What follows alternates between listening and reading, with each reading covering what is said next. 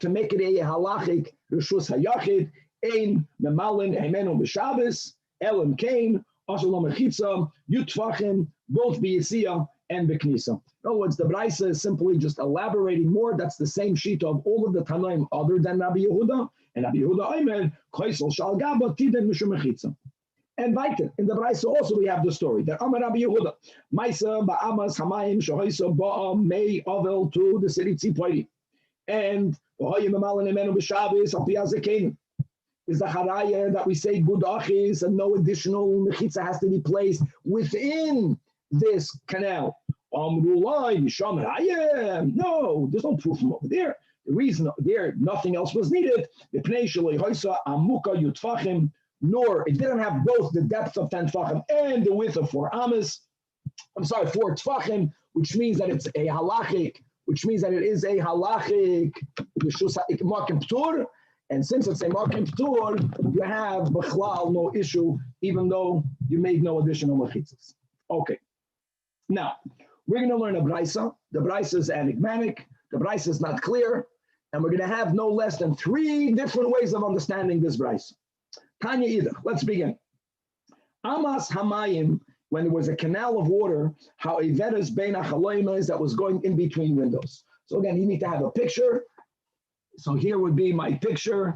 For those of you who have Gemaras with pictures, I hope this can be seen over here. The one over here. For the web audience on Chabad.org. For the one over here, for people that are using the Sefer HaHoid VeHaHoder, we're going to picture Tov Kuf Tez Zayin. I send it on WhatsApp. So you don't have, it's not about a chutzner, no chutzner. Right, you're living in Venice, and the street in front of your house is not a street, it's a canal of water, and windows are going over it. Again, it's advantageous to be able to be allowed to draw water from a window into the house. So says the Braisa like this: if it's less than 3 tfachim, what's less than 3 tfachim? It's not clear. That's what we'll have to clarify. If it's less than 3, good. Then it's shalshadali. Then you can take lower a bucket, umamali, and fill up the bucket's water, bring it back into the house through the chalaim. But if it's 3, if the width is 3 or more, then then you can't use a bucket to gather the water. Now, I agree with the concept that something here has to have a minimum width lesser than which it's kosher, larger than width not kosher to draw the water, but the shiur is not 3, but pachos midalad. Again, dalad here means arba. Oh, it's 4 tfachim. Pachos midalad, yes, mishal shaduli mamali. Dalad ein mishal shaduli mamali. That's the Braisa. And again, like we mentioned, we're going to have 3 different ways of understanding pshat in the Braisa. Asks the Gemara, b'maya skin, and what are you talking about? What's the width of 3 tfachim? That we're speaking about the width of the canal. Now remember, guys, if the canal itself is not a makom chashuv, and until now, not only today on Daf Pei Zayin, from when we started Shabbos, we always said a cardinalist is an area that's 4 tvachim by 4 tvachim. Elamam, for whatever reason, it's not a reshus hayachid. So in other words, if we're speaking about the canal, and you're trying to tell me that, I know that Ashbag is telling you that it needs to be, if it's 4 tfachim, then it's a cardinalist. If it's less, which is what we learned until now, then it's a makom ptur, but that's only that Ashbag. So are you telling me that there is a Tana that holds that the cut-off shiur of a cardinalist makom ptur is 3 tfachim? Where do we have such a thing? The Elyahu, for example, that when Avdimi came from Eretz Yisrael, he came with the teaching of Rabbi Yechanan, that ein cardinalist b'chusa midalet. Right? And no one, we never heard of another opinion. So if here we are trying to understand that the Braisa is referring to a body of water that's in a makom ptur, and the Tanakama will hold it's only a makom ptur if it's less than 3 tfachim, why? Are you telling me lema kitanoi amro l'shmaitza? Bitamol, this whole shiur of a cardinalist and a makom ptur is a machlekes tanoim? Elo, because of that, we're going to come back to this, but because of that, it's not referring to the width of the body of water. Of course, if the width of the body of water is going to be less than 4, everyone holds b'chlal, there's no problem. The case must have been that the canal itself was 4 tfachim or more. The canal is a makom, is a cardinalist. But the mila here is that the houses, the windows were not directly above the water.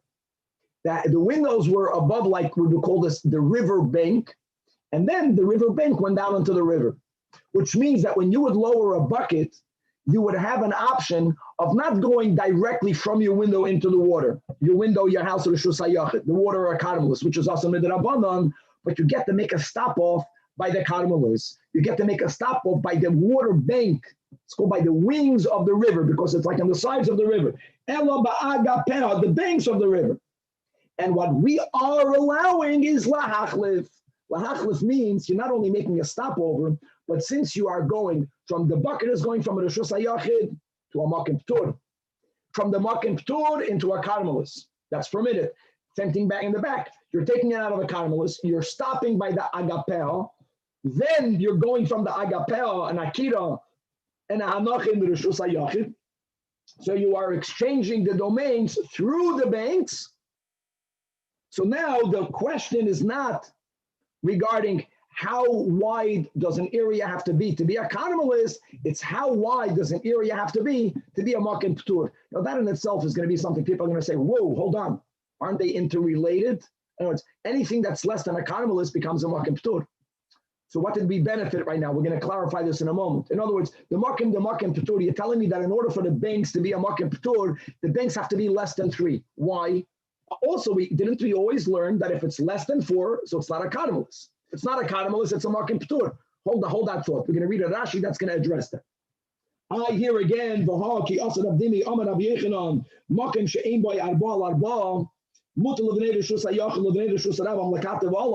if you have an area that's in between a reshus hayachid and a reshus harabim, and that area is a makim ptur.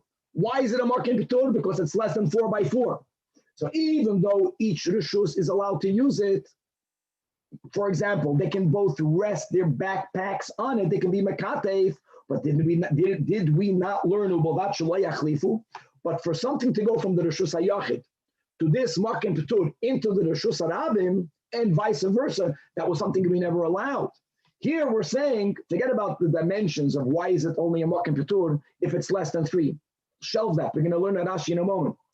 But so what? Let's say it's a makim ptur. But if you're taking from a carmelist into a reshus hayachid, why are you telling me that we are allowed, even with the stopover, to make that final journey when you're ending up going from one domain, a carmelist, to a reshus hayachid? So the Gemara answers, yeah. When is it not allowed to be machlif when you're going from a reshus hayachid to reshus harabim? Reshuya is doiraisa, reshus hayachid, reshus harabim. Chazal were afraid that if you're going to make a stopover in the makim ptur, you might end up forgetting to make the stopover. You might go, God forbid, directly from reshus hayachid to reshus harabim or the other way around, and then the person will be violating and isur doiraisa. Over here, to begin with, what's the whole issue? A carmelist or reshus hayachid is only nisur derabanan, so it's like a gzeira on a gzeira. Here we are allowed to be machlif. Let's read it inside. Hassan reshuya is doiraisa. Daf pei zayin amid beis. Hacha reshuya is derabanan. Now, before we go on, go back to Daf pei zayin amid aleph. Let's go into Rashi 4 lines before the bottom of the amid. We resolved the permissibility as long as you stop over in a makim ptur. That ultimately end up taking something from the carmelist into a reshus hayachid, or same thing with the bucket, to take the bucket from the reshus hayachid and ultimately allow it to go into the water. But here again, like, what did we accomplish? Once we push back the carmelist is lakula alma, the shiur is 4. But now we are accepting that a makim ptur is a machlekes tanoim. So let's read inside the bottom Rashi. Says Rashi that the afal gav, 2 lines from the bottom. The afal gav that Rav Dimi makim ptur bepachus ma'arba. Same Rav Dimi that you quoted before also clarified that. And v'hachi ka'amri rabbanon, and according to the way we are understanding the Braisa right now, it's coming out that the sheet of the Chachamim is that the shloisha, if the bank, not the water, the bank on side of the water, if it's already 3, it's no longer a makim ptur. So like a lememer the hashmaitza basraisa that abdimi ketanoi amro. Here you can't ask what we asked before. Is it a machlekes time? It's not. And listen to this chiddush. The ikal lememer, because I will argue the following. The gav reshuya is doiraisa, anything that's adjacent, either at a reshus hayachid or at a reshus harabim. there the reshuyos themselves are chashiv, because the Torah gives it a classification. Then havi pachus midalit hasamach lahu batul etzlan. Any area that's near it, that's less than 4, is batul to the biblical reshus, and therefore it becomes a makim ptur. It becomes insignificant, and no one debates that. But here we're speaking about an area that's adjacent to Carmelis. Carmelis itself is not such a chashuv area. The whole definition of a Carmelis is a halachic definition. So here perhaps if it's 3 tvachim, it's already not batal to it, so it cannot be called a makim ptur. It has to be, according to the Tanakh, less than 3 tvachim. So what did we learn on Pei Zayin? A new thing over here. One approach will be that if someone were to ask you, how small does an area have to be for it to be called a makim ptur? Mamash, everyone who learned until now will say, I know. It has to be an area that's not 4 by 4. No.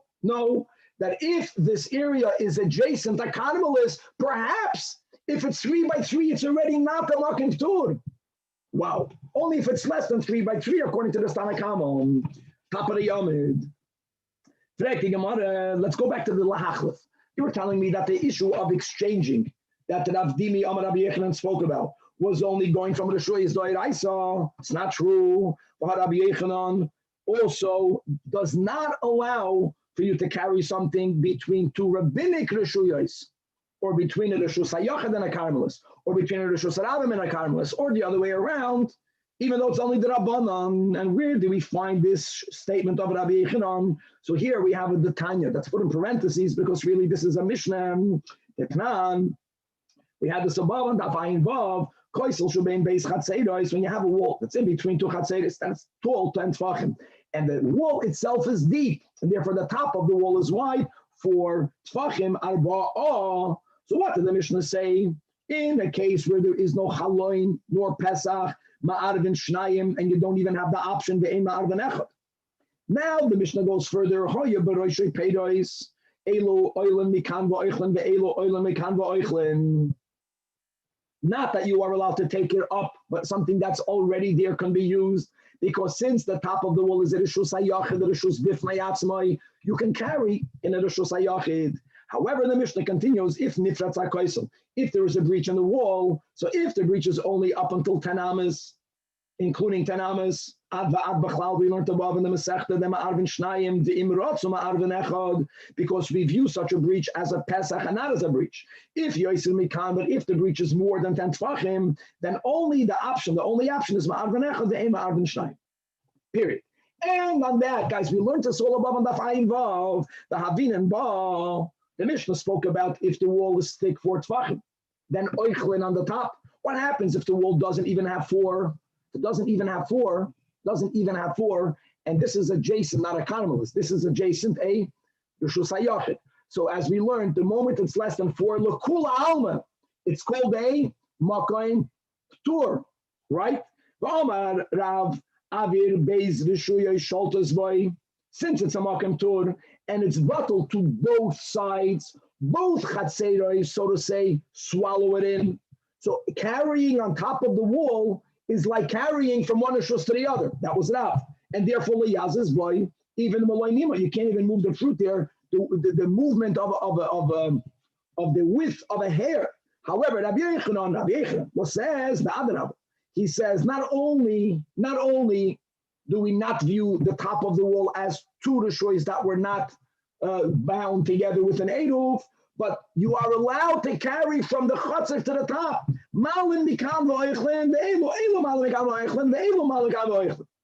And we're not done yet. In other words, it doesn't acquire the status of the Chatzar.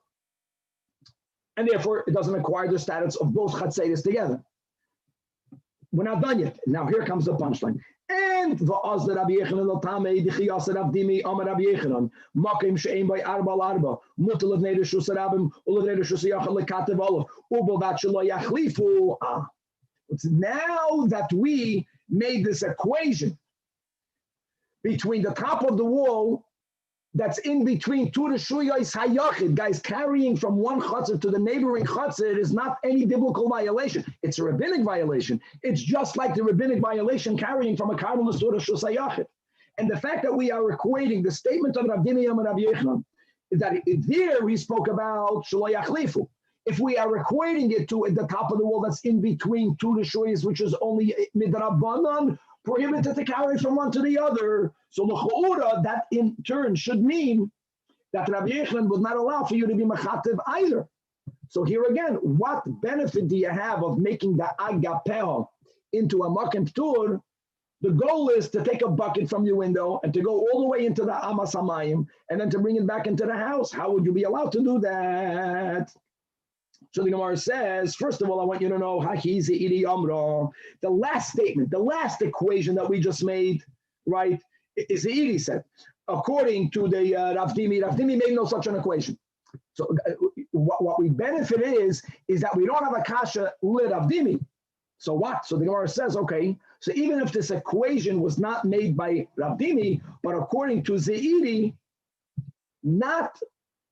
Zeiri made that equation. Zeiri will not allow you to be yachlifu. So obviously Zeiri will have to learn a different understanding in the Braisa. And indeed, he does. So here we have approach number 2. Zeiri says that the width that we are discussing is not the width of the water banks. Let's go back to the beginning. Ba'amas hamayim gufa. Chavra, buckle your seatbelts. And yes, that's according to that, when Avdimi came, and he came with Rabbi Yochanan, that the width of a karmelis is 4 tfachim or more, and no one seems to argue. According to Zeiri, the statement of Rav Dimi is subject to a machlokes tanoim. In other words, if the canal is a makom ptur, then you can carry. If the canal is considered a karmelis, then you can't take the water from the canal into the house. And that's exactly the machlokes in the Braisa on Daf Pei Zayin. That the Tanach holds for the canal to be considered a makom ptur, the canal has to be less than 3. Because if it's 3 tfachim, it's already a karmelis. Wow. It's already a karmelis. Rashvag, and that was what Rav Dimi came on Rabbi Yochanan. No, that a karmelis is only 4, the width of 4 by 4. Now the Gemara has another kash. Okay, if it's less than 3, if it's less than 4, each tana l'shitasoi, then it's called a makom ptur. But I have a general, bigger picture question. If you remember, many times we learned a lot in Shabbos that if you have an area that's classified as a reshus hayachid or as a reshus harabim, and there's an area right near it, the example is you have a hole in a wall. The hole itself, the area where you can place things, is not 4 by 4 tfachim. But since it's in a wall, for example, and the wall is considered a reshus hayachid, so the chayr of the wall is also a reshus hayachid. So the question here is going to be, this goes on both tanoim. Even if the canal is so narrow that where it goes in between the windows, when it's going in this area, it's less than the kadam l'shir. But somewhere, a little bit back, a little bit front, the canal opens up. There, it's going to be a karmelis.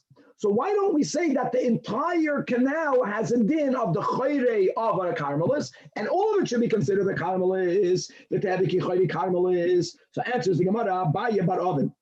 Virab Chanina bar Oven, the Amri Tarvayu, this whole concept of you having a location near a rabbinic location, becoming buckled to it, extending the status to the chayr, is not said by a karmelis. It's said by a reshus hayachid. It's said by a reshus harabim. It's not said by a karmelis. However, Rav Ashi Omar, afilu tema yesh chayr lekarmelis. Nevertheless, hanimili, like the chayr of a reshus hayachid. We give a great example. You have a wall, and then you have in the wall a little indentation, a little crevice. That's a reshus hayachid. The crevice itself doesn't have 4 by 4 tefachim. I don't care. It's in the wall. But the crevice is taken near the wall. It's in the wall. It's adjacent to the reshus hayachid. And taka, if the canal of water right beyond the window area would be wide, whatever the shid is needed to make it into a karmelis, then taka, you would have a kasha. But we only apply chayrin bismucha when it's near the karmelis. Now, what does near mean? We already had this above. If it's 4 tvachim, or maybe less than 4 tvachim, the moment it's been mufleges, the moment it's 4 tvachim or more, then we never apply chayre reshus hayachid or chayre reshus haravim, and likewise over here, not chayre karmelis. Even though Rashi holds that we do, the concept does exist, there is something called chayren lekarmelis. And now, my friends, we're going to learn the third approach of understanding the Braisa on Amud Aleph when it speaks about the width of less than 3 l'Tanakama, or less than 4 l'Rashba Ravina Amar. What are we referring to? Kegoin the Avad Law Nifke Apuma.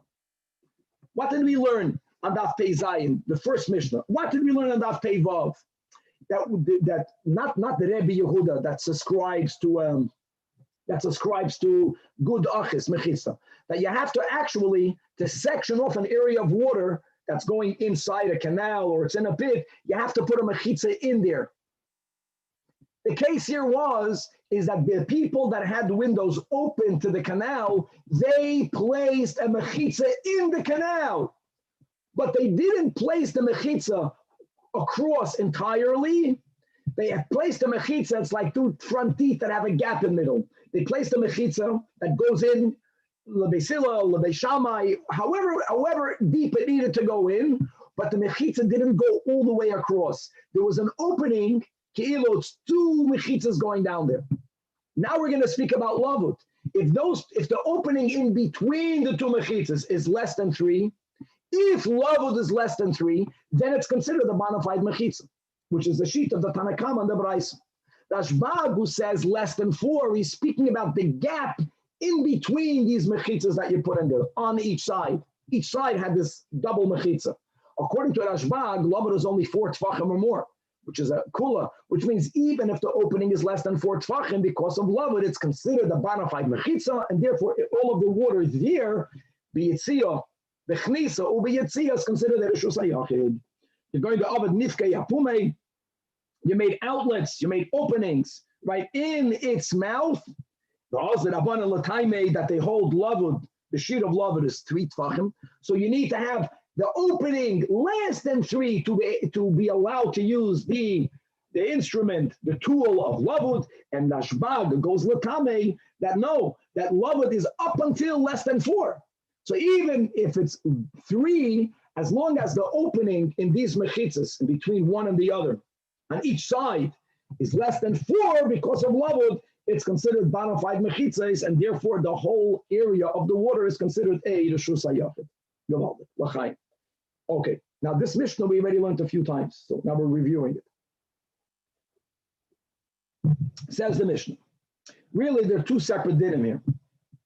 Din number 1, gezustara, a balcony, shehila mayla min amayim.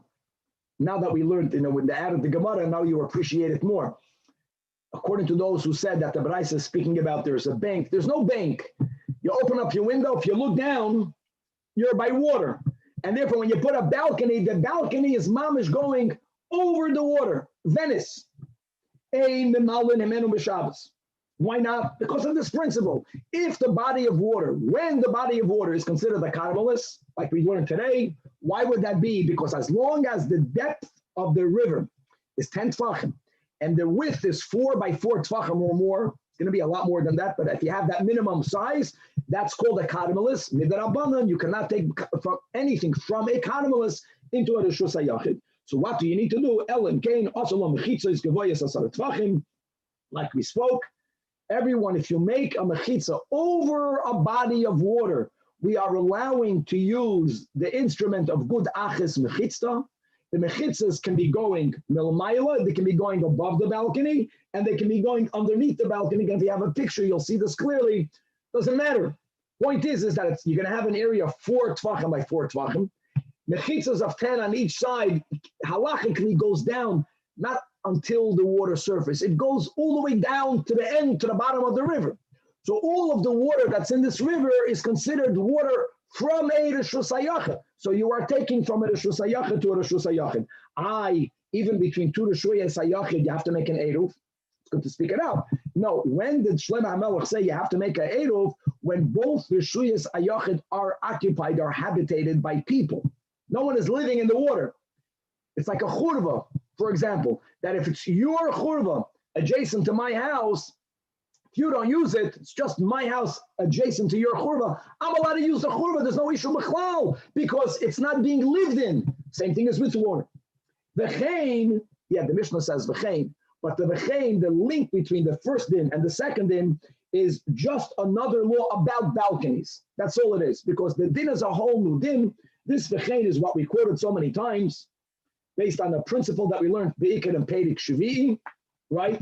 Which is when you have two chatzeros, Peirik Chaloin, when you have two chatzeros that have equal access to a third area, equal access, whether they can access it equally with ease or equally with difficulty.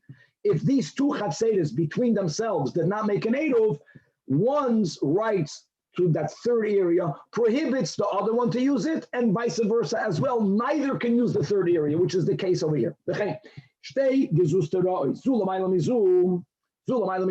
it's not one on top of the other, exactly aligned vertically, but no, they are apart horizontally, not very far apart. That will change it. But let's call this a sukkah porch. Each one would be allowed to build a sukkah.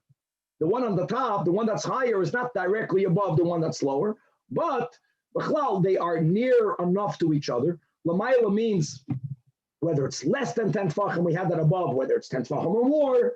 But there is a way for the people in either balcony to go to the other one. One guy can go up, one guy can go down. And this halachic, both of them had a hole in their balcony going over the water. So for the week, no one needed to use the other one's balcony. But this halachic partition using the instrument of good achis was only made by the balcony that's l'maylo. And the concept was that the tachtoina should make use of the mechitzas of the Elyahu. If they were not ma'arev, says the Mishnah, shteyem asurais, at sheyei arvu, because of the principle of Perek Chaloin, Gezustra Aleph, Gezustra Beis, both of them have equal access to the hole. Why is it called equal? That's the whole point. If it's one is 10 tefachim or more further away, we'll see that's not called easy access. If they are horizontally 4 tefachim or further away, it's also not called equal. When it's considered halachically equal access, the fact that they were not ma'arev brings about the isur one on the other. Okay, says the Gemara.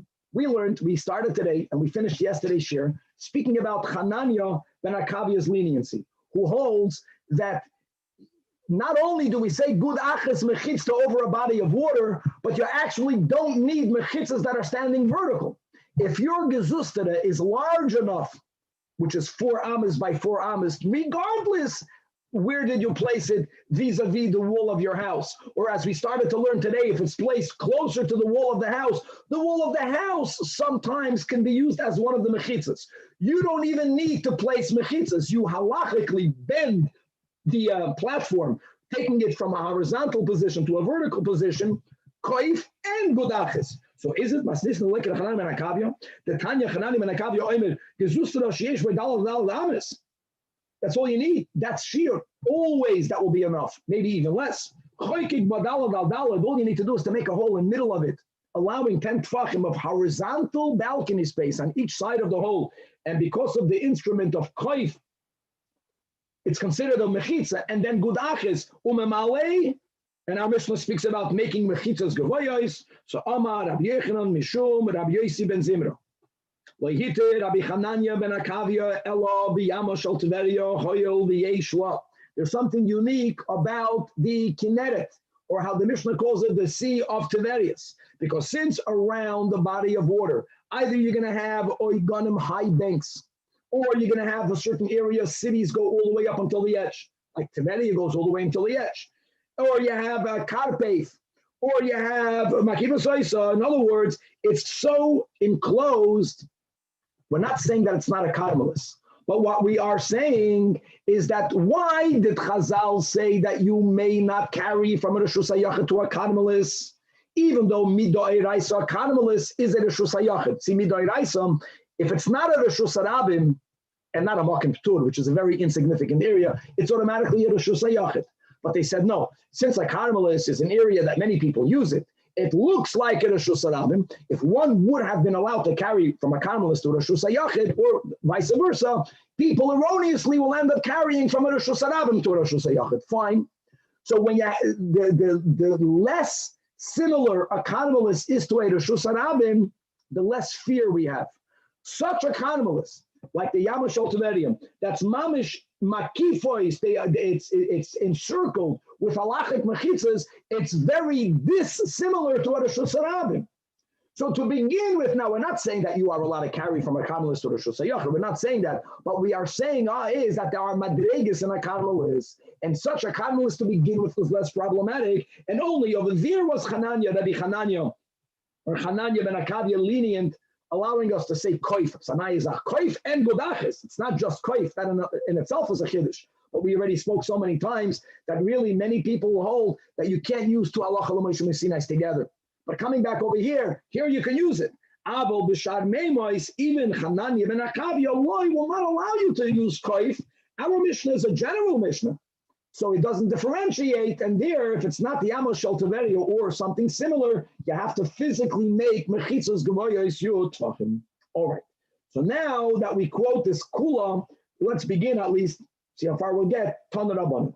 Tanach Rabbanim says the Gemara, says the Braisa, Gimel, Devarim, Hitir, Rabbi Hanani ben Akavia la'anshi Teveria. Clearly, he lived over there, because even though he never said Yama Shel Kineres, Yama Shel Teveria, but he gave the psak din for the Chevron in his city. So there were 3 tatum that he gave in that city. Number 1 is what we just learned, that memalin mayim migizustera b'Shabbos, even if you didn't make mechitzas, as long as the size of the balcony is large enough that if you were to bend it down and still have a hole of 4x4, you were to have the mechitzas. Number 2, you are allowed to time and store a produce the way they kept it fresh. They had no refrigeration. We learned about this so many times. They would either bury it in the ground, but here we're not speaking about burying it in the ground, but we're speaking about using certain residue of grain, certain residue of legumes. After you took out what you need, that residue was normally given to animal feed. But that also had this quality that if you were to bury something in there, if you were to store some good fruit in there, it would remain fresher much longer. You are allowed to the time in ba'atza. Now, what would be the issue, as the Gemara is going to explain? The issue here is not about muktzah, which is an issue, but that's not what he's referring to. This is Bechlala issue b'negeya tuma and tara, as we'll explain in a moment. But he was mated, and he held, because of the unique circumstance of Anshe Tiverium, that even though we'll speak it out in a moment, it doesn't, the produce that is being stored in this residue of beans or the residue of grains does not become muchshar lekabel tuma. And number 3, coming back to Adin and Hilchos Shabbos, umistafgin ba'alointis, you are allowed to dry yourself with a towel on Shabbos, which is a sugya that we had in Shabbos. Again, more details in a moment. First of all, even though that nowadays, as we mentioned, we may not bathe, not even in cold water, but as we learned so much together in Shabbos, the Isur, the Rabbanon, was not being allowed to bathe in warm water, because maybe the bathhouse attendants will actually warm up the water on Shabbos. Bathing in cold water is actually the end of Masechta Shabbos, the story of Rabbah bathing in cold water on Shabbos. Okay, and not only that, we also learned that the Isur of going into hot water was removed by Chamei Tveria. There you can even bathe in hot water. But the issue is regarding a towel. So if you remember, what's the issue with a towel? That if you're going to walk your towel home, remember that? You might end up squeezing out the towel. Squeezing out liquid from a towel is malabing. Also these details, there's schita that's connected to dash. But when we said, whenever you have water in something, that's part of the laundering process. Even today, you go into your laundry machine, into your the washer. One setting is it squeezes it out. You have to squeeze the liquid out. It's called malabing. And are we afraid that you'll do libun if the towel gets filled with water? So he says that you can use a towel. We're not afraid that you will use it and then squeeze out the water. And now let's go through all of these 3. We have time. Memalin, says the Gemara, Mayim migizustera b'Shabbos. That does not have to be explained. We just explained it. Hada Amaran, he was speaking about a gezustara that has 4 amas by 4 amas or more, that only that, or as we learned today, applying his klal to 3 other scenarios, even allowing you to use platforms that are smaller than that. Number 2, the Toimnin be'otza maihi, even though the first one is about Shabbos, the last kula is about Shabbos, the middle one is not about Shabbos, but this is the time they're reporting here at Tesefta that what, let me speak it out by heart, in order for produce to become mukhshar lekabel tuma, it has to be wetted with liquids, any one of the 7 halachic liquids, but it has to be done with the awareness and with the contentment of the owner. The pasuk in Shmini, ki yutan ki yitein, he doesn't have to place it himself, but when he is aware of it, he has to be happy that it became wet. Now, what this residue that is being used many times, where did they get it from? So you have a field, you would thresh your grain, you would take out all of the good, and the psoilus you would leave in the field. That psoilus could be used later for you to store your fruit in it. Now, every morning, since it's out there in the field, because of the towel, because of the dew, it's wet. If you gathered this otzah to use as your refrigeration while it was wet, and therefore the potatoes that you put in it becomes wet, is it now susceptible to becoming tummy? It depends. If you gather the produce in the morning, the residue, the otzah in the morning, because you dafka wanted it to be damp, because the dampness in this residue is also beneficial for its storage purposes. But if you wanted that, if you want it, then that mayim is chashuv and it's machshir your produce. If the only reason why you gathered this residue in the morning is because you are a working man or woman, you have to go to work during the day. So it was more convenient for you to gather this residue in the morning to get that task out of the way. For you, you didn't care that you didn't need it to be damp. It's damp, but it wasn't negeya to you. If that was not your intent, then even though de facto it's wet with towel, by the way, is one of the 7 liquids, since there is no willingness, there's no contentment, so it's not machsharit. Let's read it inside. Hishkim lavei lahavi, if you wake up early to bring this psoilus, this residue. So if you woke up early, dafke in bishvil sheyesh all of towel, because early in the morning, it's still damp with the dew. If you're going to wait a little bit longer, then the sun is going to make the dew evaporate, and it's going to be dry. So you brought it because you wanted it to be wet, and then you use this dampened psoilus to put fruit in it. Then hareyu b'chiyutan, yitain kiyutan. It's considered now it was wetted to the contentment of the owner. Now it's susceptible to becoming tamei. However, you didn't care for you. If the psoilus is wet or dry, why did you gather it punct early in the morning? It's because you work during the day. So then, now let me explain the kula of Hananya ben Akavia. He understood that the people that resided in Tiberia were hardworking people. Now, if you know otherwise, it's different. But he held that Vistam, Dafteches, Anshe Tiberia, are people that work during the day. They don't have time to gather the produce, to gather the psoilus during the day. It's going to be mavatal for their malacha. It's kemi shalei mavatal malachti dami. It's as if they specifically stated that. In other words, you can assume stam is only for convenience, and not because you want to have wet psoilus. So therefore, it's not machsharit. That's what he meant, that you can store your fruit in this otzah, and it won't become mosher. We have another few minutes. And the third kula was that umestapkin, that you are allowed to dry yourself ba'alointis in a towel on Shabbos and on Yom Tov. And maihi, so here we have the Tanya, we learned to sugya Masechta Shabbos, mestapek odem ba'alointis, which is following the shita of Hananya. However, we learned one shita that you're not allowed to carry it home on Yom Tov or when you have an Eruv on Shabbos, nor are you allowed to give it to the bathhouse attendant. Carrying it home, you will forget and you will wring it out. Now, if you're going to forget and wring it out, so you should not be allowed to use it to begin with? No, because people need it to bathe on Shabbos. So what would they do? So they said, use it, but then leave it there and put it in the window. Don't give it to the bathhouse attendants because they're chashar alei sedavar. They're going to wring it out to give it to the next guy that's coming to the cold bath on Shabbos. Now, Shimon was even more lenient. Not only can you use it, but you can even take it home. He also did not allow you to give it to the oil to the oil yorim, but af mevia biyadai l'toich beisai. So these are the three leniencies. The one that's negaya here, again, is the concept of over yama shel tevedi, of koif and good. Ach is God willing to be continued. All right, that was great.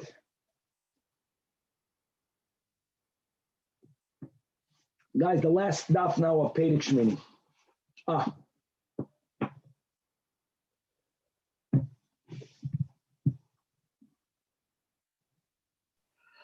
Shakaya. Thank you, Rabbi.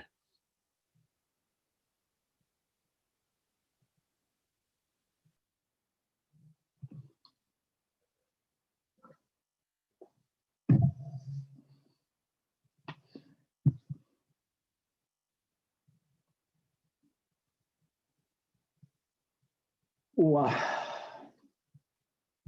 All right. With the help of Hashem, we are learning ERUVIN Daf Peiches. We will be concluding, God willing, the 8th chapter. That means tomorrow we're starting the 9th out of 10 chapters in Masechtas ERUVIN. We're coming towards the end. The big topic that God willing we'll learn right now is that we kept on learning in the last few dafim about the issues of bringing water from a canal, from a water pit. If the water pit has a status of a carmelist and bringing it up into your house is problematic because you can't carry from a carmelist into a reshus hayachid. That was the topic that we had until now. Now the question will be, what about the reverse? Is a person allowed to pour water out from their reshus hayachid back into the body of water? Now, obviously, the body of water is a carmelist. The same problem of the carmelist l'reshus hayachid is l'reshus hayachid to a carmelist. But we're going to be speaking about that you made these halachic mechitzas. And therefore, the waters that are directly under the mechitzas that we made over the balcony, the waters in there has a status of a reshus hayachid.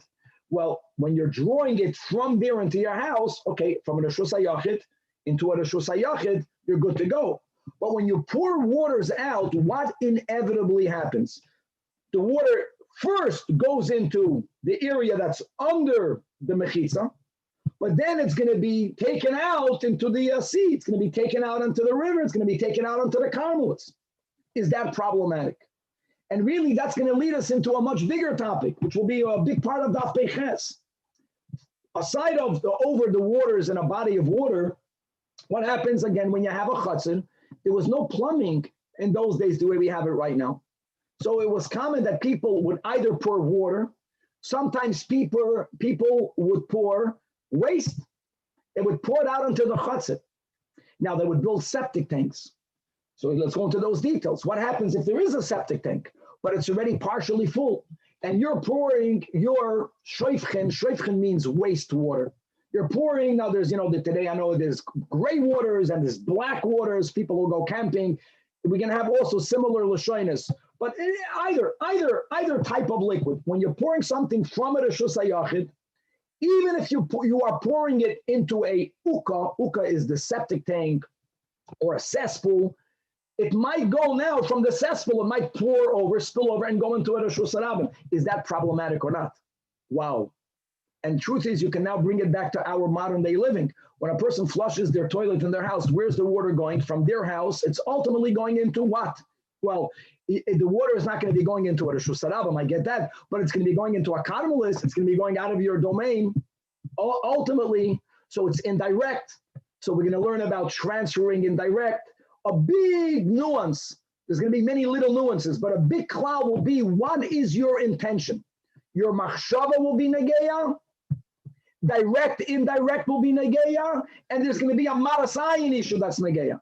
In other words, if it's going to give the appearance that you poured it out directly into a reshus harabim, not in the case of our plumbing, that the Chachamim sees it, but in those days when people would see waters go out from the chutzit, if the chutzit is adjacent to a reshus harabim, and it looks like you did it directly, and people will think, when it comes to wastewaters, you can pour it straight into a reshus harabim. That type of marasayin is also a reason to prohibit or to limit, and using all of the instruments together, we're going to get a whole smorgasbord of different scenarios where it will be permissible and where it will be prohibited. Wow. Okay, so we are going to start Chevra on 6 lines from the top of the Amid. in the beginning of the line, the Mishnah, the Gemara is referring back to the Mishnah. I know I spoke in the intro about the cesspool or the septic tank and a chutzah. And let's go back to the case of the Mishnah, that you have a balcony over a body of water. You went ahead and you built halachic mechitzas. And as the Gemara said, if the balcony is over Yamashal Tveria, let's follow Hananya ben Akavia. You don't even have to have mechitzas. You just need to have a platform that is large enough 4 by 4 amas. And then if you make a hole exactly in its center, you could draw the water. Yeah, very nice. Because then the water is coming. But if you're pouring water out, and again, just to know, shoifchin means dirty water. But it's not about clean water or dirty water. That details will be later. It's about the concept of you pouring out. That's going to be asin. Why will it be asin?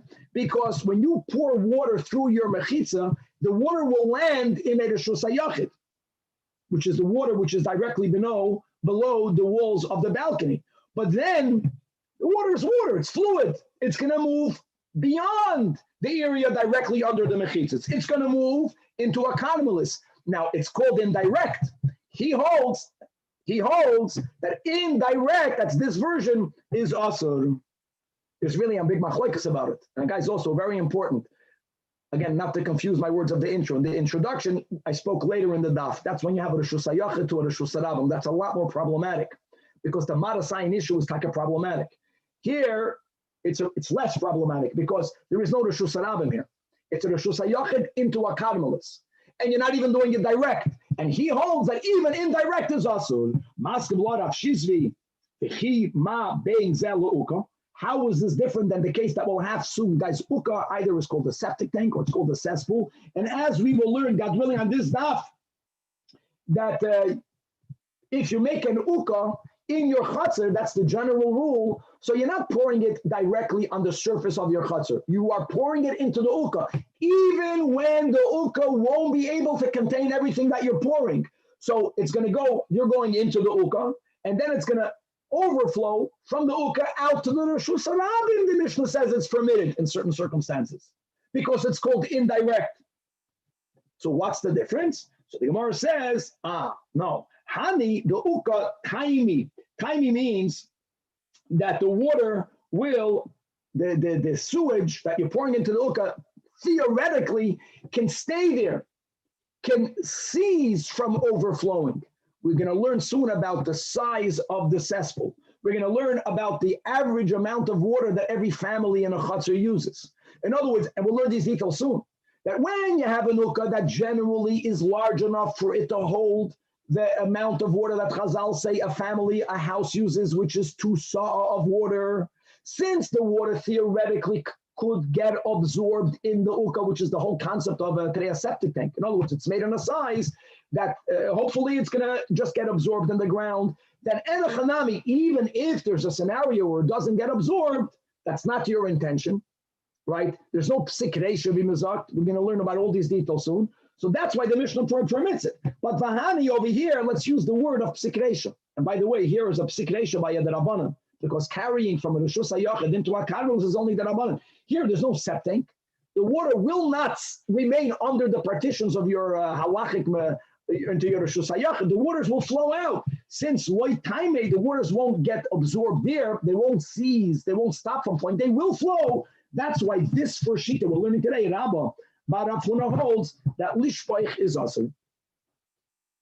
Not so simple. So So according to the shita stam, what would they do when you're in a ship?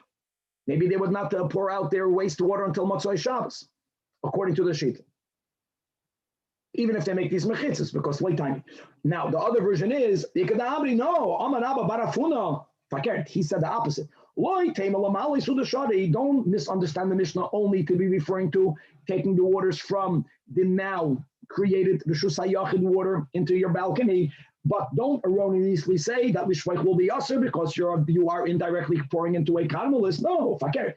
Elon, by the way, the paskin like this latter version, which would allow someone in a ship, in a boat, on Shabbos, as long as they have this halachic mechitza, good achis, to pour the wastewater through it. But lishpoich nami shari. Says Rav Shizvi on this version, Pshita, why did we even need to mention it? Isn't this the next Mishnah of Uka? And we'll see that one is allowed to pour wastewater on Shabbos into the cesspool, into the septic tank. No, so the Gemara says, no, it's a chiddush, because Mal the Tema, as we'll see, that the whole concept of Uka is that timing. Again, timing means it will stop there, it will remain there, it will get absorbed over there. Now, there are many nuances that we'll learn soon. Even if the cesspool is already partially full from before Shabbos, it will be permitted. But you're beginning at least with a cesspool. You are beginning with a location that theoretically, the kavana, you don't need it for it to go outside. You need it to remain there. But the hani loitimi, and you therefore might think that it's usher, so that's why we need it, according to this latter version, for Rabbi Barafuna to say that the mechitza that we are speaking about in our Mishnah is a two-way street. Great. Now, we're going to the last part of the Mishnah Daf Pei Zayin Amud Beis. Again, that was the part of the Mishnah that we quoted so many times above, that when you have two gezuz terois, if the two balconies were not ma'ariv, since they both have equal access to the hole on the top, to the water hole on the top gezuz terah, they answered one on the other. Amar Rafuna Amar Rab. Guys, we had this above. Loishanu, that you must join in an eruv, ela b'smucha. Smucha here is laterally, horizontally. That one, the edge of one balcony is within 4 tfachim of the other one. You have to go up a little bit, but it's close laterally.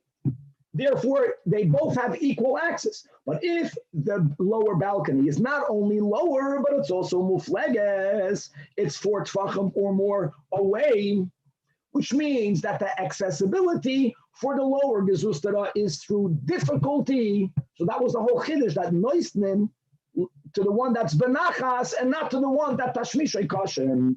So then Aliyah muteres and Rav l'kaimei da'amar Rav ein adam oiser al chaveri derech avir. Oh, and that's the way we touch. Derech avir over here will mean because they have to go 4 tfachim and up.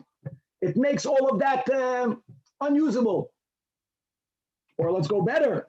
Rav says Bachlal that derech avir is not called a tashmish. Very good. Amar Rabba, Amar Abchia. And the Rabbi Yosef, Amar Rabbi Shaya.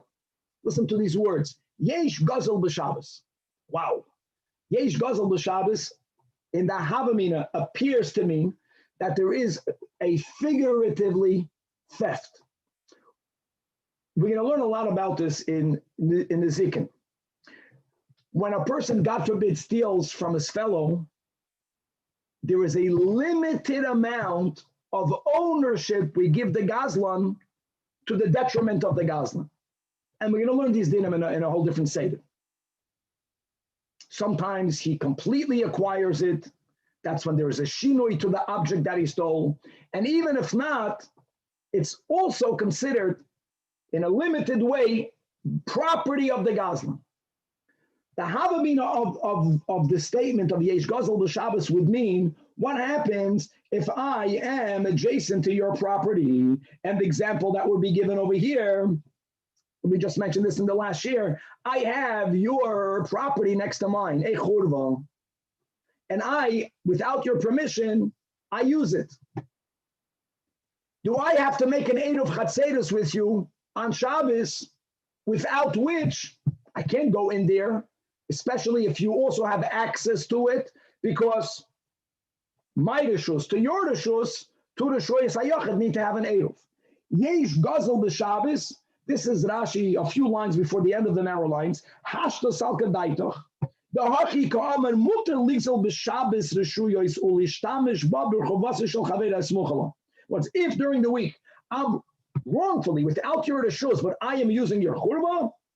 Hoyel, says Rashi, the first white line under the Gemara, Stam churva ein ha'ba'alam shtam shema kol kach. Since to begin with, the owner, the real owner, doesn't use it that much. So halachically, we say kani lahai bigezei losoi. It's considered his, like we say this concept by other Gazlanim, and therefore v'nasas reshusai, and therefore he doesn't have to make an eruv chatzeros. That is the Havamina. Now look back in the Gemara. You can keep your finger in Rashi, but then Abchia and Ab Yosef made another statement that v'churva machzir leba'alim. That we dafka don't say that. That when it comes to Shabbos, we want to know who is the balabas of the churva, and if you don't own it, then without you being ma'arev, you can't use it. So the Gemara says, you're contradicting yourself. Hagu for kasha. Omnat yesh gezel b'Shabbos alma. That, what does the Bach say? Chanei. And then you're saying v'churba machzel ba'olam, which seems to be saying loy kanya or loy kanei.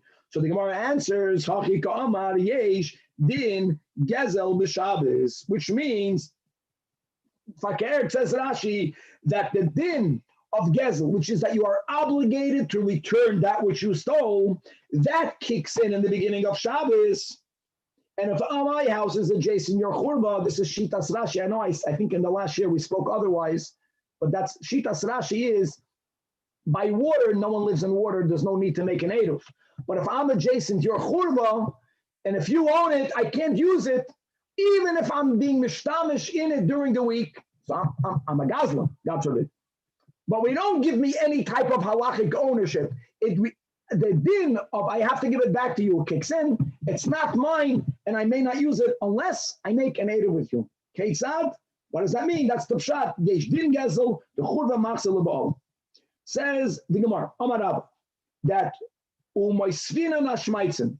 When we spoke out this din, there was a challenge on this concept from our Mishnah. It says in our Mishnah that if they are smuchim, neither of them can use it. The havamin of the kasha is that the people that live in the lower balcony had no permission to use the hole on the upper balcony. If they have no permission, then it's considered separate to the shuyos. Then it's not that Chatzar Aleph and Chatzar Beis can all use that hole. It's not true. The Amrat that yesh din gezel b'Shabbos, why should they be asurais? Again, the Havamin is based on the premise that the residents that live in the lower Gezustra have no permission. So the Gemara says, Amarab Sheshes, that they not only did they have permission, but they built a mechitza together. They clearly have permission. Now the problem is, if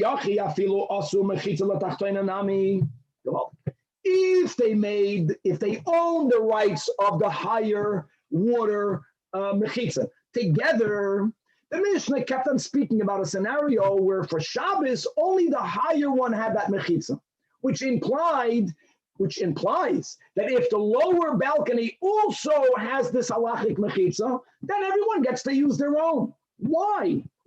If the Mishnah is speaking about a case that the people that live in the lower balcony actually financially participated in the building of the mechitza on the higher balcony, in other words, it belongs to them as well, so they have halachic rights to go and use it. Who cares if they have their own water hole? So what? Two reshuyos have halachic access, equal, easy access to the top hole, and they should also one on the other. So the Gemara says the answer is if they would have made, in the case where they also made their own mechitza for the lower water hole, is galuye goli data. They are with that making a declaration that I don't want to use yours on Shabbos. If not, why would they even make it? So even when you own it, we have another leniency. If I am basically being megalodas, as if I'm verbally saying, on Shabbos, I'm not going to use the one from the top, then even though they were not ma'arav, then the people on the top could use it. The problem in the Mishnah is the challenge is only where the people on the bottom, Bechlal, made no such lower mechitza, but the nakuda is that the people on the bottom must have halachic rights to make use of the Shabbos partition on top of the water hole on the top gezustera. Okay, Chavre, now we're going to go with the Mishnah, final Mishnah in the Pedic.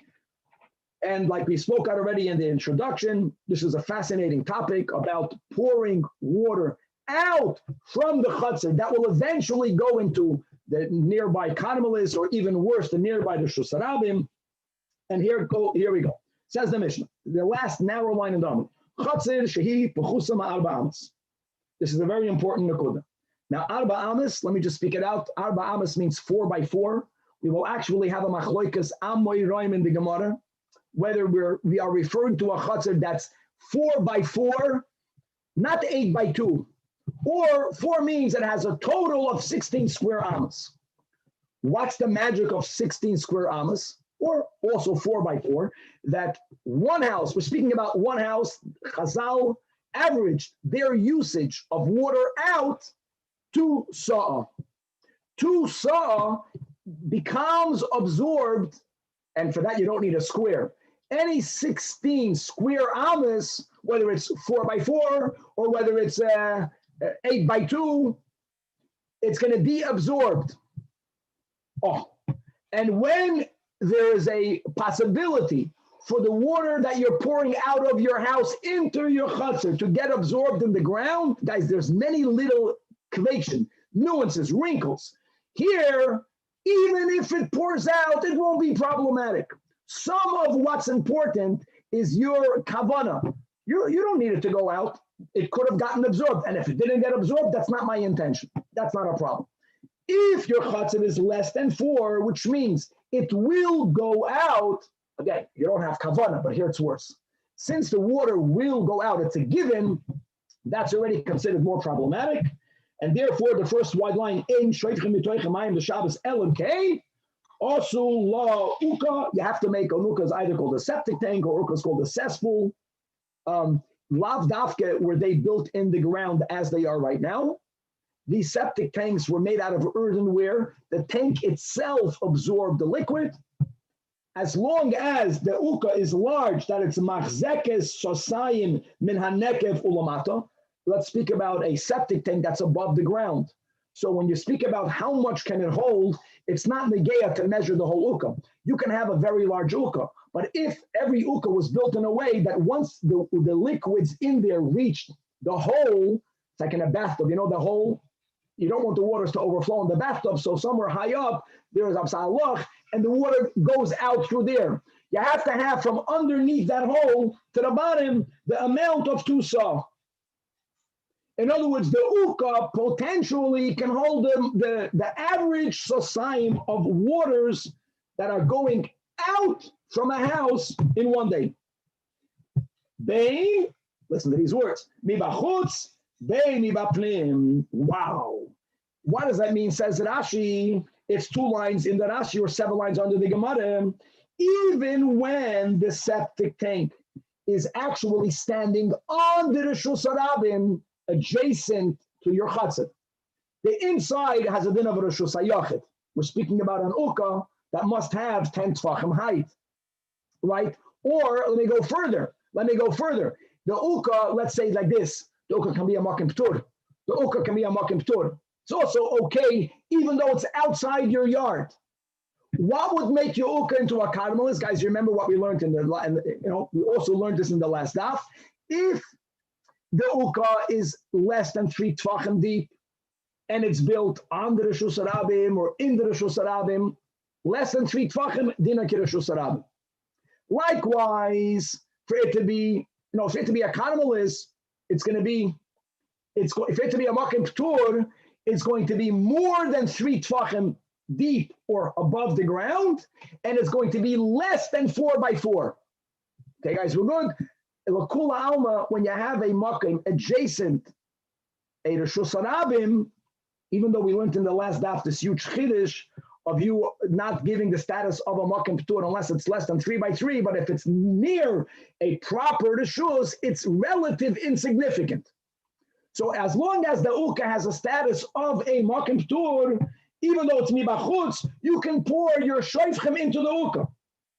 But practical consideration, like we mentioned, you need for the uka to be 3 tefachim or more above the ground of the Rishus Harabim, because even if it's less than 4 by 4, if it's within 3 tefachim, it's considered the Rishus Harabim. Now you should know that these cesspools, some of them were not even covered. And if they're not covered, there's a possibility that the branches, the leaves, stuff from out there will go into the bottom of the uka, and it's going to lift the height. Let's think about an uka that's built in the ground. It might have been made 4 tefachim, 5 tefachim, 6 tefachim in the ground. But if over time residue will stop up the bottom of the cesspool, you won't even see it. But now it's going to be part of the Rishus Harabim.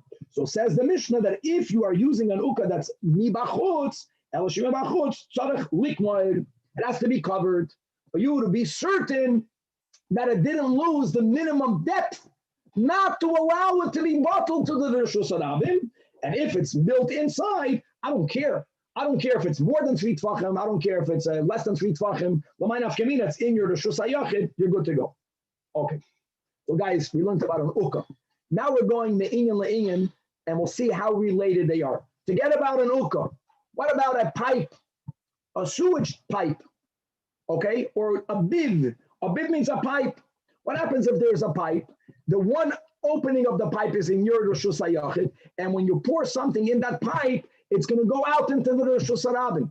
Now, these pipes were made out of earthenware, and again, if the pipe itself, if the walls of the pipe will amount to 16 square amas, vited, it could absorb, and it's going to be less problematic. But let's go. Now, Eliezer ben Yaakov says that biv that's covered arba amas in the Reshus HaRabim, which means that when you pour it out, theoretically, before it goes out into the open, it could have been fully absorbed in this bib.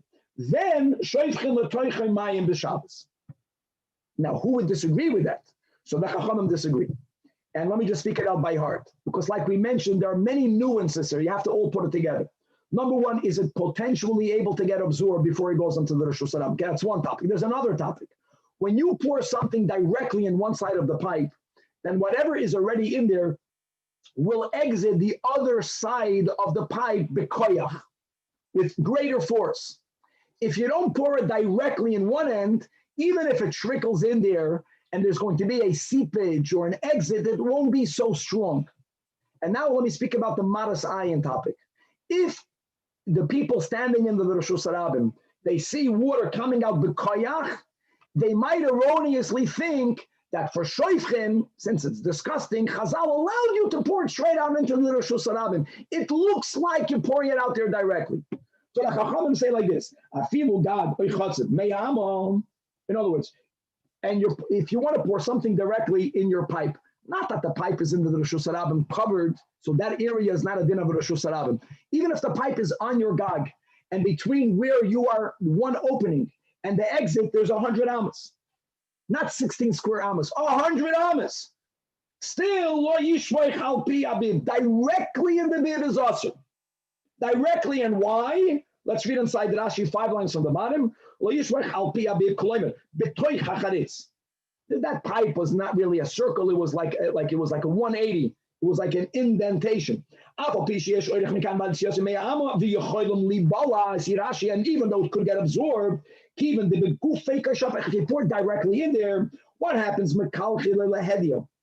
It's going to directly cause an output, an outflow, and the water going out, or the drainage, the sewage going out, will be bekoyach into the Reshus HaRabim. And so what? The observer will think that that you are allowed to pour water right near the Reshus HaRabim. And that's something that's us. And Gzeira, Shema Yoimru, Tzilei Shablenim Mekalech Ma'im Shabbos. Okay. But the Chachamim are moide that Sheifuchu Legag, Bahamayim Yordan Lebid. As long as you don't pour directly in the biv, even though you're pouring it near the biv, this is such a technical thing, so the water doesn't enter one side so strong, so the water in the exit doesn't exit with such koyach. No one is going to think that you poured it directly, and therefore, the same concept, let's compound another nuance. Since it could have gotten absorbed, it's not a problem. Weiter says the Mishnah. Let's go back to the beginning. We're speaking about the chutzner that's less than 4x4. You have to have an ukkah. What does that imply? That if the chutzner has 4x4, then you don't need an ukkah, because the ground of the chutzner itself potentially can absorb everything you're pouring in there. So says the Mishnah, if you have a chutzner and adjacent the chutzner, you have an achsadra. Just to know, a portica, in the times of Chazal, is an area dafke adjacent a chutzner, so or adjacent the house. So you have a chutzner and a portica, and together you have the arba amos. That's also good, because under the achsadra, that's right there at Reshus HaYachid. All we need is for the whatever shofchen you're pouring out there to potentially be able to be absorbed in the ground before it goes out, which means that your intention, that's the ikid in our Mishnah, is your kavana. You don't need it to go out. As far as you're concerned, it can stay there. If it goes out, since it wasn't your intention, that's why it's permitted. V'chein, shnei diyotois. If you have two upper stories, two upper balconies, one opposite the other, over a chatzir that is not 4 by 4 amas, and one made an ukah, the other did not make an ukah. Obviously, again, the chatzir is less than 4 by 4 for each, because if you have that amount, then there's no issue. What is the question? We'll see more details. I'll just give you a heads up. Can I pour from my diyoita straight into the ukah, straight into the ground? So only the ones that made the ukah are allowed to pour it. The ones that did not make the ukah may not pour it. And again, a lot is vague over here, and we'll leave the details for the end of the Perek, which God willing we'll get to within a half an hour. So before we comment on the whole Sefer, the Mishnah began telling you that you have to build a septic tank only if the chatzir is less than 4 by 4. Why is that? So we kept on mentioning, because if it's less than 4 by 4, then the average output of mayim to a house is 2 sa'ah. 4 by 4 is enough. 4 amas by 4 amas, or we'll see 16 square amas, is enough to absorb that shoytchen. Now we'll see there's another nuance that is needed according to one Amay. Amar Rabba. Rabba says it's not enough that you have enough space that could absorb. There's something else that's needed. And that is when a person pours the water out, what is your intention? Do you want for it to stay in the chutzner? Is there any benefit for that liquid to stay in the chutzner? Or do you dafka want it to go out? According to Rabba, if you dafka wanted to leave the chutzner, you got yourself a problem. Says Rabba, like we mentioned, Adam doesn't mean one person, it means a bias. That's the amount of water that's going out. And this is very important. When you have an area that's 4 by 4, not 8 by 2, 4 by 4, it's a chashuva piece of land. Don't think it's that big, guys. 4 amas is 6 feet by 6 feet. It's large enough that people would make use of it. And the challenge of using outdoor space, especially we'll see later in the Gemara, is that when the earth is very dry, it becomes very dusty and it becomes less usable. And there is a upside of you throwing liquids on it, regardless of what type of liquid it is, because whatever you're throwing on it right now, even if it's shoytchem, it's disgusting, but it's going to get absorbed. But it does ziluf. Ziluf means you're getting rid of the dust. B'chlal, we're going to learn many times together that the way they would do ziluf inside the homes, people had earthen floors, is they would use yayin. Remember all the inferior yayins, because then not only would they get the ikir, which is to bring the dust down, but there's going to be a good aroma. And we had this, I think, in brachas. We're going to have this throughout. Here we're speaking about outside. Outside, the smell will go away quick. So when you have 4 by 4 and you also want lizalfan, which means that you actually benefit for the water not to flow out. That makes the outflow even less intentional. That's Chesam base. But if the area is less than 4 by 4, so when you pour water there, there's never an intent for ziluf, because an area that does not lend itself to be used for basically anything, because it's not even 4 by 4, doesn't need to have ziluf. So there, are you kidding? Waste of water? You don't want it in your yard. You want it to go out. The moment you want it to go out, if you don't have an ukah, now again, if it's 4 by 4, again, it's not just about machshava, then you also want it to stay there. So here, either avad ukah, so then shari, Eloi, and if not, asur. Now, says, just read inside the Rashi, because even according to Rabbah, your machshava is of tremendous importance. Pachus midala, the top Rashi, since the area is einoi ro'u l'zalf, in other words, it doesn't lend itself to be used for anything that needs ziluf. So therefore, this shoyfchan, you want the waters to go out. The chinafki, and when the waters go out, when they do go out, is mekaima machshavtoi. Your intention was fulfilled. You did not do it directly, so what? Since you wanted it to go out, the gazur abanan alei dilma asi lemishrei zika be'edya l'rashus harabim. Because even when it goes out, and even though that was your machshava, because of it being indirect, it's not a problem. It's the rabbanon that you might, especially by shoifchen, people think, there's kavod abriyos, they will allow you. And no, you're never allowed to pour out shoifchen, meireshus hayachid l'reshus harabban. The second line in the Gemara, Rab Zayda says, I don't need this whole thing of ziluf. Forget about ziluf. Simple. Dalodam is kaime. Kaime means that the water that you pour will cease, will stay in that locale, because that amount of earth is enough to absorb the average sosayim. Pachus midalid, since loy taime, again, regardless if your intention is for the waters to go out, but did it need to happen? Is it clear that it's going to happen or not? My benayu, what's the extra nuance? Kveich of a rabba, Rabbi, I'll tell you. What happens if you have an area that's very long, 8 amas long, it's only 2 amas wide, you have a total of 16 square amas. According to Rab Zayda, you don't need to build an uka. Because if that is your chatzon, the waters are able to be taimei in it. According to Rabba, you also need to have this concept that the area has to lend itself for another use. Something that's very long, but it's very narrow, doesn't lend itself for another use. You don't do ziluf there. And whenever it's clear that you want the waters to go out, that was the Rashi, the Rabba says, even though the waters could have gotten absorbed, if you wanted to go out and it's clear, then they made a gzeira that you might pour it out directly and it's us.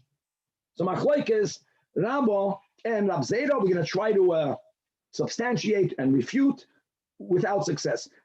Tanan, in our Mishnah we learned chatzon v'achsadra, one adjacent to the other. Mitzvah from Ladal Adamas. And the Havamina is that when you put them together, it's not exactly 4x4. That was the Havamina. So again, Bishlam el Rab Zayda, all you need is a sum total of 16 square amas, and then you are allowed to pour water in the chatzon even without the uka, then good. El Rabba, you need to have dafka, that area that lends itself for other usages for which normally you would need to do ziluf, kasha. So it's beautiful. Sometimes the Avos Yisrael. It's one. Rab Zayda defended Rabba.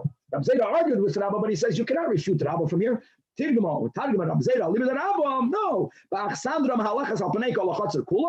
No. If you look, have a picture that it's, let's say each one is 4x2 and 4x2, and when you consider them together, because physically they are together and they belong to the same person, now it becomes like a 4x4. Only then did the Mishnah allow you to pour water even without the ukam. Tashema, another attempted proof from an akasha from a braisa. Chatzah she'ein ba dalad amas al dalad amas ein shoifchen letoicha mayim b'Shabbos. Exactly what we learned in the without a nuka, which is exactly what we learned in the Mishnah. Now the braisa says dalid al dalid, dalid al dalid. In our Mishnah, chatzah she'pechusa ma'arba. So in our Mishnah, it's not clear. Less than arba. But now that you say 4x4, asks the Gemara, does that not mean Bishlam el Rabba? 4x4 is mashma meduyik, not 8x2, 4x4. But according to Rab Zayda, why would the Braisa says 4x4? No, that's not a kash. Why not? So here we start. Omar loch Rab Zayda, says Rabbi Zayda, ho mani rabbanon apam. What did we learn in our Mishnah? Machlokes Rabbi Eliezer ben Yaakov and the Chachamim. Another kveich. Another nuance, that you may not pour water directly into a pot, directly into a bib. Guys, by bib, there's no ziluf. You're pouring it into a pipe. You're not even pouring it on the ground.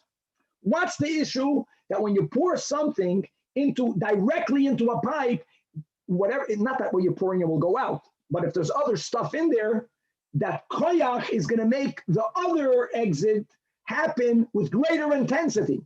And then it's going to look like we learned inside the Rashi. And therefore, let's read inside the Rashi around 18 lines on the top of the Amid. Delisharu, Mishum, Shiur, Makam B'liyas Hamayim. Aside of, by the bib, in the case of the pipe, it didn't help. The Chachamim said, even if it's 100 amas long, it's not only about getting absorbed. There was this other thing, like we learned in the Mishnah, says Rashi, "Afilu bid mea amal yishpach toichei directly el al gagoy lachatzel alma kamo didu mishum ziluf hu the gabe bid megale daite the koshafach The labar zilufu. In other words, how do we explain the chachamim? The chachamim taka allow you to do it when there's the potential for ziluf. He's connecting the next machloikis to this machloikis. And when you're pouring it into a pipe, you dafke don't want ziluf. You're putting it into a pipe. You don't want it to bring the dust down on your field. Which means, if that's the reason behind the chachamim, the ratio of the Mishnah must be Rabbi Eliezer ben Yaakov. According to Rabbi Eliezer ben Yaakov, all he says is that if the pipe, even if it's in the Rosh Hashanah, if a total area of 16 square amas are covered, it's only about could it get absorbed or not. So come back over here. Our Mishnah is Rabbi Eliezer ben Yaakov. Gavaldik. And the Braisa that says 4x4, which again, the way he's learning Pshat, it's not just about it leaving Bekoyach, but the problem that the Chachamim have with Rabbi Eliezer ben Yaakov is that the heter is only when there could be the concept of ziluf. If it's not with ziluf, it's always going to be usher. So and a chanami. So what area needs ziluf? No one is debating that. Not 8x2, not a total of 16 square amas, but dafka dalad by dalad. Says the Gemara, why are you being doicha that the ratio of the Mishnah, right? It goes only according to Rabbi Eliezer ben Yaakov, because when we learned the Mishnah, it didn't need to be that way. It could have been just the way Rashi learned. It's just about, does it go up the koyach or not the koyach? Here we're adding another nuance. On top of that, it's only problematic because it's not lezilov. So Amarava must listen kasha say, what was he medaik in the Mishnah? My area the tani chotzer sheep chusa litane chotzer she'ein badalo dal dalo dames. The exact contrast that we made when we quoted the Braisa. The Braisa says 4x4. Why didn't our Mishnah write 4x4? That in itself, be medayik from our Mishnah that you don't need 4x4. You need a total of 16 square amas. So that is the sheet of Rabbi Eliezer ben Yaakov. Elulav Shlamino, Rabbi Eliezer ben Yaakov, that clearly doesn't need 4x4 because a bib doesn't have 4x4. A bib is long. Yes, you have a covered area that's sum total 16 amas. How does it even flow in the Mishnah of Ahami? The Sefer Rabbi Eliezer ben Yaakov, does that not imply that they shall have Rabbi Eliezer ben Yaakov? So the Gemara says, as we have many times, second last in the narrow lines, Kul Rabbi Eliezer ben Yaakov and Bechsura Mechsura Bachiktani, Chatzu Shipuchusami Daled Amis, not Daled Al Daled. We don't care about that. We only care if the water is able to be tiny or not. That's the only thing we care about. So if tiny, good. If it won't get absorbed, then ein shreifchen otoichamayim b'Shabbos, which means that if it has a sum total of dalid, not dalid al dalid, a sum total of dalid, then you are allowed to pour it out because all we care about is it absorbable or not. That's the only thing we care about. Even the biv akamot, if you have a pipe that's covered, the covering part is to make it sure that it's all part. It's not part yet of the Rosh Hashanah. Dalodam is even in the Rosh Hashanah because it could be absorbed, and according to this understanding, it is the Chachamim that they are the ones that dafka need on top of absorbability, on top of the bekoyach, but it has to be an area that people normally benefit by the dust coming down. We're going to the ratio of the Mishnah. So when you pour it in a chatzah of dalad al dalid, your machshava is not for it to go out, and your intention will be crucial. Says the Gemara, it's not like Hananya, because we learned in a Braisa, Hananya says that afilu gag meya amo lo yishvoich, you're not allowed to pour lefi.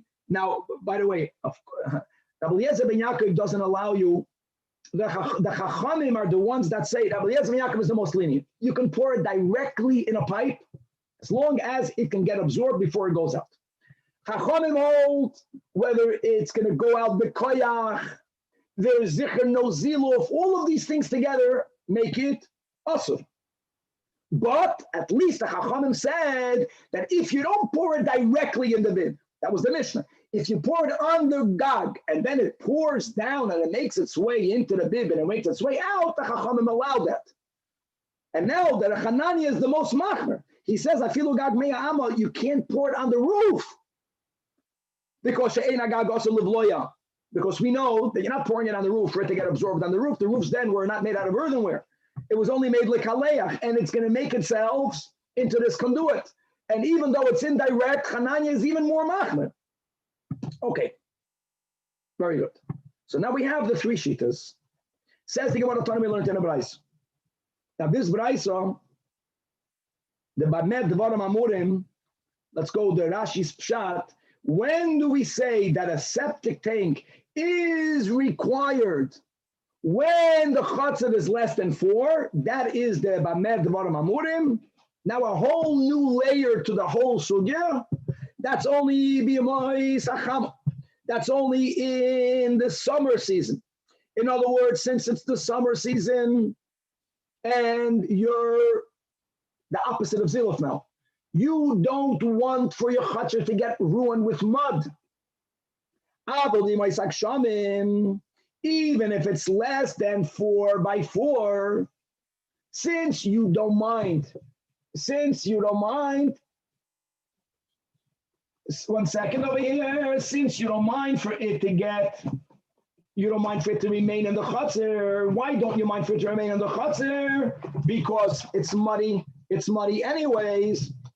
Then you are allowed to pour it even without the uka. Wow. My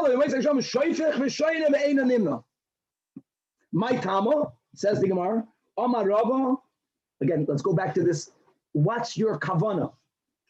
Adam roitze sheyivolu mayim mekayimim.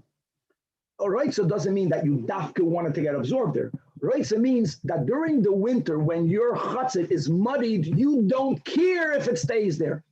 So this Braisa, not the way we're learning it, this Braisa says that as long if you wanted to leave, that is where you have a problem. If you don't care if it stays there, again, that's the Mamed Dvarim Amurim, Larashi. Even if your chatzit is small and you don't have a septic tank, you are allowed to pour water onto your chatzit. Zoizak Rav. Amalei Abaye. Hold on. Baharei, Shoifchen. The Adam Roitze Shiyabola. Like we mentioned, you don't want Shoifchen to go anywhere when you're pouring it into a pipe. In the case of the Mishnah of a bib, you want it to go, you want it to stay there. If I get the pipes were made out of earthenware for it to get absorbed. Nevertheless, what was the whole shita? Not that the Chachamim hold lo yishvayich. So it's not only about do you care? No, it's about if it's going to go out b'koyach, then you have this gezerah. So Amalei, so this is the chiddush now of Rava, something that we did not learn in the Mishnah. That Hassan over there, Lamai Nechosh, like we mentioned, the case of the Braiso, where we have a chatzit in a rainy season where you could pour it on the chatzit, there's no fear. You can't say the person has an intent for it to go out because his chatzit is muddied anyway. Like we learned in the Mishnah, people are going to say that you are pouring it directly out. No one is going to say that.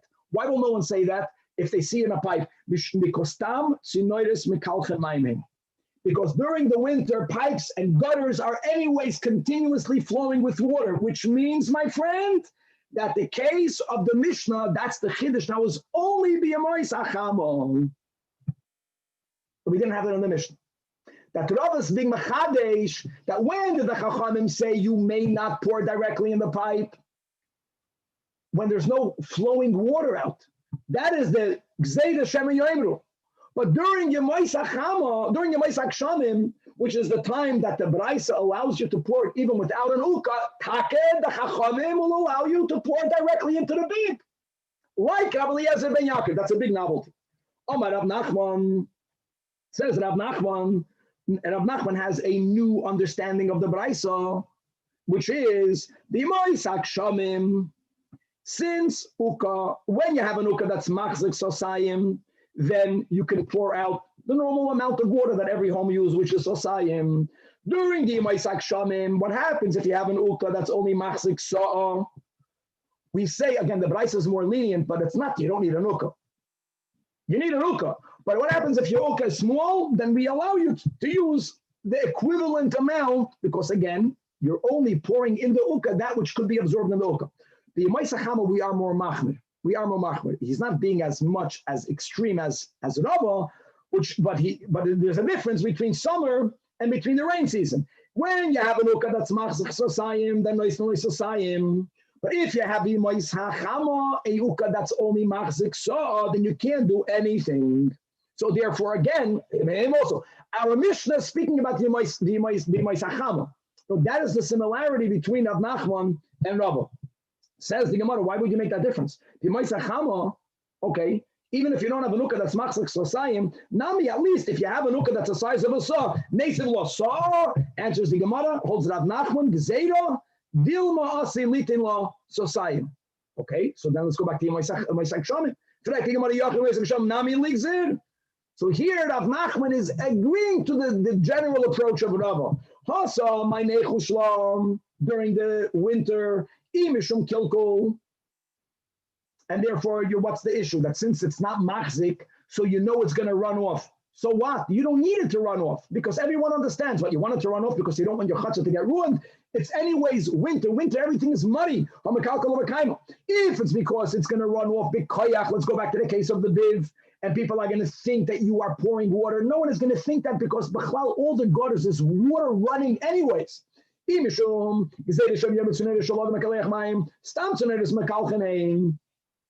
And therefore, even though he's not as lenient as Rava, but he's also limiting our Mishnah to Yemais Hachama.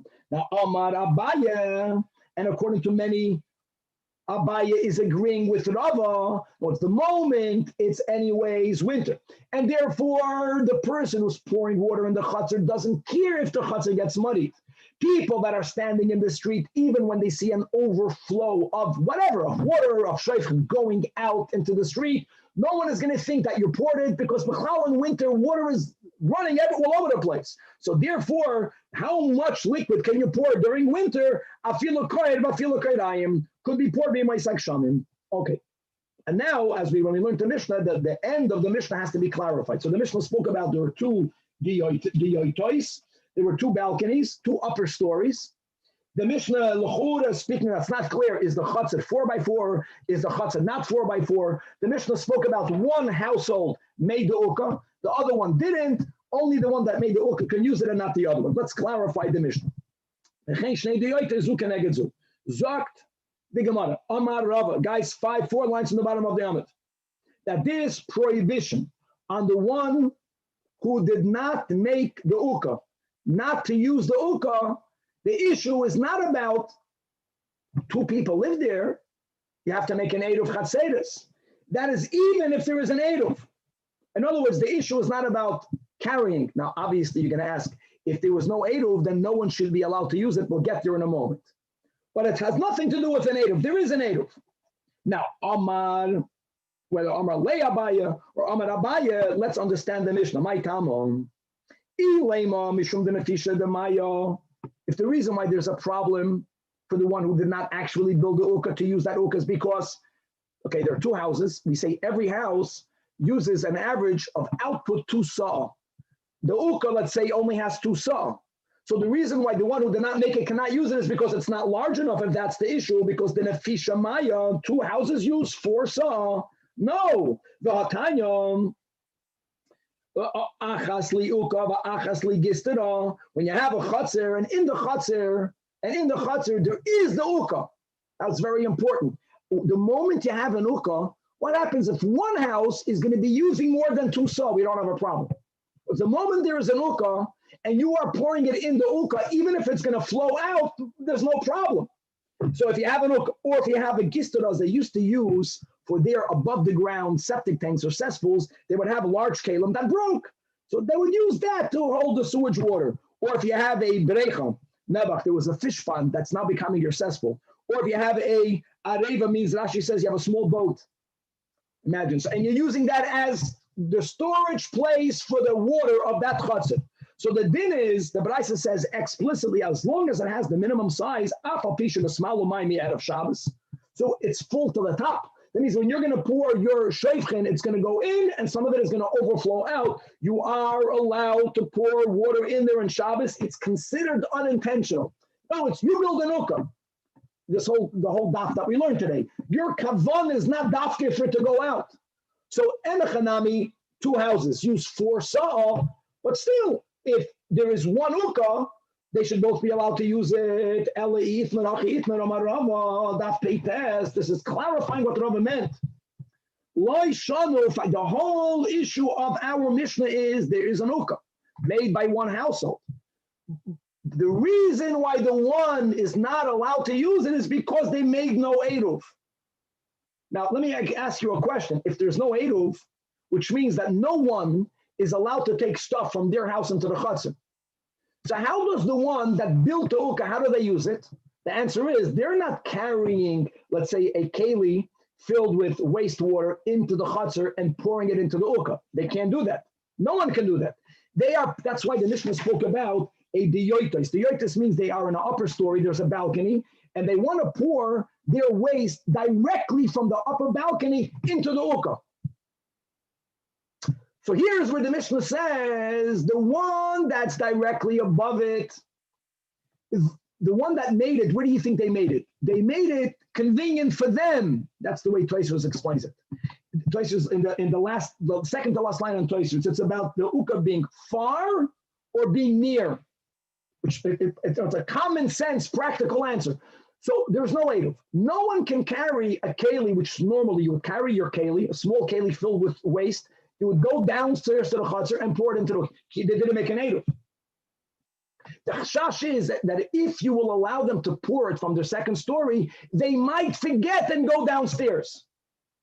And if indeed they made an eruv, then they both can use it. The ukah is only sosayim, and two houses uses 4. So that we already said. The moment you have an ukah, which means that the kavana of the bnei chutzner is to put it in the ukah. If it will overflow, that's called unintentional, and that's okay. So what, they made no eruv. So Amar Ravashi Gzeira Dilma Asila Puke Mimam made the bottom lahasam. They're going to take the keli down, and the one who made the ukah. So that's and we just read the Tosfos that the one who built the ukah built it right under its porch. So for them, it's easy to pour it out there. The one that did not build it means that it's farther away. Because of that fact, they're going to have the menschlichkeit of saying, I'm not going to try to throw it, and if I'll miss, I'm going to soil up the whole chutzner. So they might go downstairs, and that is the gezerah why they may not use it. On that we say, how did an Allah ketzat mishtatfen, God willing, tomorrow, the Valdik, we are already starting the second to last perek in ERUVIN, to be continued. So the guy that's directly above, is he allowed to throw it or not? Allowed to throw it, even though there's no eruv.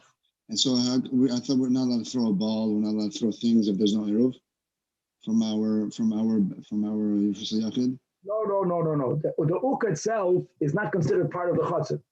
The ukah itself is the septic tank. So that's okay. Is the septic tank, and it belongs to you. But the other one, if it would have been directly othered, it would also be allowed to do it. It's not the isur of Shlomo HaMelech of not using a common chutzner. You're using just a ukah. We're not okay. In other words, if I'm not ma'arev with you, forget in a city where there's no eruv, we can both be sharing the same sewage pipe. You don't have to be ma'arev to use a sewage pipe.